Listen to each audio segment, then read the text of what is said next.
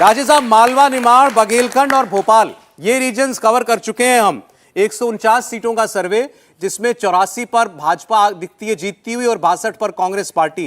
Anti incumbency तो दूर दूर तक छोड़िए, यहां तो सीधे दिखाई दे रहा है एज भाजपा का अभी तक। जी देखिए सौरभ, जो आंकड़े दिखाए जा रहे हैं ओपिनियन पोल, उसमें वो सराखों पर, उससे मुझे कोई मतभेद या मैं उसके बारे में कोई राय नहीं कहूंगा कि ये ठीक नहीं है या नहीं। लेकिन देखिए, जो जमीनी स्थिति है वो बड़ी सिंपल है, स्पष्ट है। मैं भोपाल में हूँ और मध्य प्रदेश में काफी मैंने दौरे भी किए हैं, जब जगह जाके दिखाए।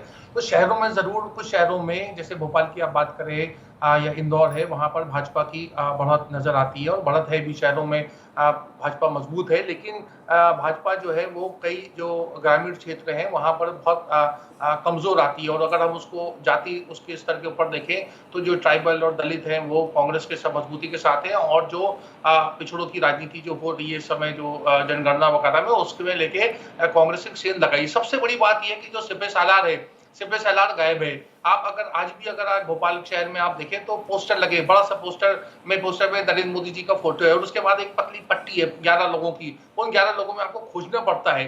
तो कहाँ है वो जो मामा जिन्होंने इतना सारा काम किया, बुलडोजर मामा कहें या वैसा मामा, जैसा भी मामा का कारनामे जो हमारे फ्रेंड मित्र हर्षवर्धन त्रिपाठी गिना रहे थे, उसके काम की कोई चर्चा ही नहीं कर रही। भाजपा नहीं चर्चा कर रही है, प्रधानमंत्री नहीं चर्चा कर रहे हैं, गृह मंत्री नहीं चर्चा कर रहे हैं। तो एकदम से जो ये शिवराज जी का जो भाजपा ने राजनीतिक रूप से ग्राफ मतलब गिराया है और हटाया है उनको पर्दे से, वो दिखाता है कि भाजपा खुद अपनी जीत को लेके आश्वस्त नहीं है।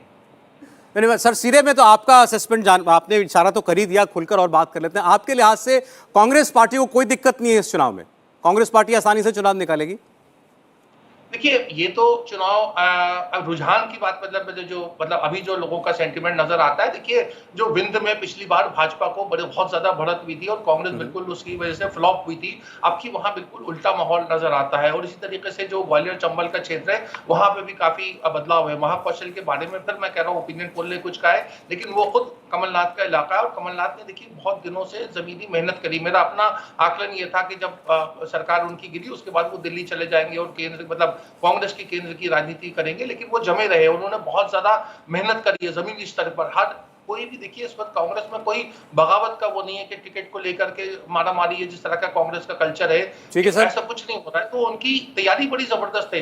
अब ये तैयारी सीटों में कब कन्वर्ट होगी, कैसे दिखाएगी, लेकिन मुझे लगता है कि कांग्रेस का भाजपा से जो यहाँ बिल्कुल इसका उल्टा होगा, मतलब 20-22 सीटें कांग्रेस की ज्यादा होंगी। बताइए भावेश, ये उनकी राय है। बिल्कुल सही है, बहुत वरिष्ठ हैं और बहुत चीज़ों को गौर से देखते हैं। मैं उनकी 2-3 बातों से एग्री करता हूँ और बहुत सारे बातों से डिसएग्री करता हूँ, जिसमें उन्होंने कहा कि जाति जनगणना। देखिए, मैं जनरली कोई भी बड़ी इशू आती है तो उसको देखता हूँ कि उसकी प्रतिक्रिया क्या होती है, ठीक है ना। जैसे आपको याद होगा कर्नाटका में जो बजरंगबली का इशू हुआ था, तो उसमें मैंने कहा था कि बीजेपी को इससे प्रतिक्रिया स्वरूप इसमें नुकसान होगा। जातीय जनगणना की वजह से मध्य प्रदेश, जैसे संजय सर ने कहा कि वहाँ पे कोई असर नहीं है, लेकिन असर है। असर क्या, उसका नेगेटिव इम्पैक्ट है। 105 ऐसी सीटें जहाँ पे जनरल कास्ट वहाँ पे वोट करती है और वो डिसाइडिंग फैक्टर होते हैं बहुत सारी, 105 लगभग सीटों पे। उन सीटों पे असर है। आपको याद होगा 2018 में SC/ST वाला जो इशू हुआ था, उसके वजह से बीजेपी कई सारी सीटें हारी थी। वो सवर्ण पूरी तरह बीजेपी के खिलाफ हो गई थी। बिल्कुल। तो ये जो 100-105 की सीटें, उस पर असर दिखेगा जातीय जनगणना के। ठीक है, जातीय जनगणना के सपोर्ट में बहुत सवर्ण वोट, या जिसको हम फॉरवर्ड वोट कह देते हैं, आप कह रहे हैं इस चुनाव में वो बीजेपी की तरफ और आएगा? बिल्कुल आएगा। जो डिस्ट्रैक्ट हुए हैं पिछले, जो 18 में और ज्यादा कंसोलिडेट होंगे, थे, बिल्कुल वो और ज्यादा होंगे। तो एक फैक्टर ये। दूसरी बात आप देखेंगे कि इस चीज को लगभग कमोबेश सभी मानते हैं कि शिवराज सिंह जो सीएम है, उनके खिलाफ बहुत ज्यादा एंटी इनकम्बेंसी नहीं है। जब बहुत ज्यादा एंटी इनकम्बेंसी नहीं है, आप देखिए 17 साल से उनके खिलाफ कोई करप्शन का चार्ज नहीं है। उसके बाद आप देखें कोई परिवारवाद का आरोप भी उन पे नहीं लगता। बहुत सारे ऐसे जिसमें वो बहुत अलग होते हैं। दूसरी आप देखें, जब जातीय जनगणना की आप बात करोगे, आपने कांग्रेस का लिस्ट देखा है, कांग्रेस का लिस्ट देखिए, उसमें से 52 144 जो सीटें डिक्लेयर हुई थी, उसमें 54 के आस 52 के आसपास सवर्ण को उन्होंने टिकट दिया। कितने ओबीसी को उन्होंने टिकट दिया है। तो ये सब सारे फैक्टर मैटर करता हूँ, जनता भी जानते हैं इन चीजों को। एक आपकी बात पर जवाब देना चाह रहे हैं राशिद जी। राशिद साहब,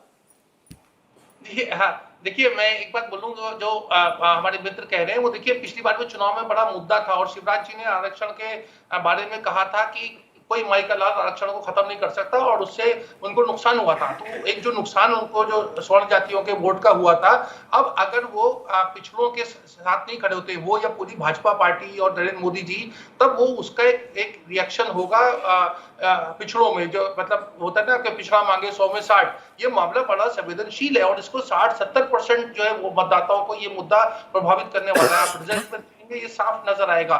जहां तक शिवराज जी की बात है, जो भी कहा जाए, वो जो एक उसका शेर है उर्दू का कि हमें अपनों ने लूटा, गैरों में कहा दम था, किश्ती मेरी वहां डूबी जहां पानी कम था।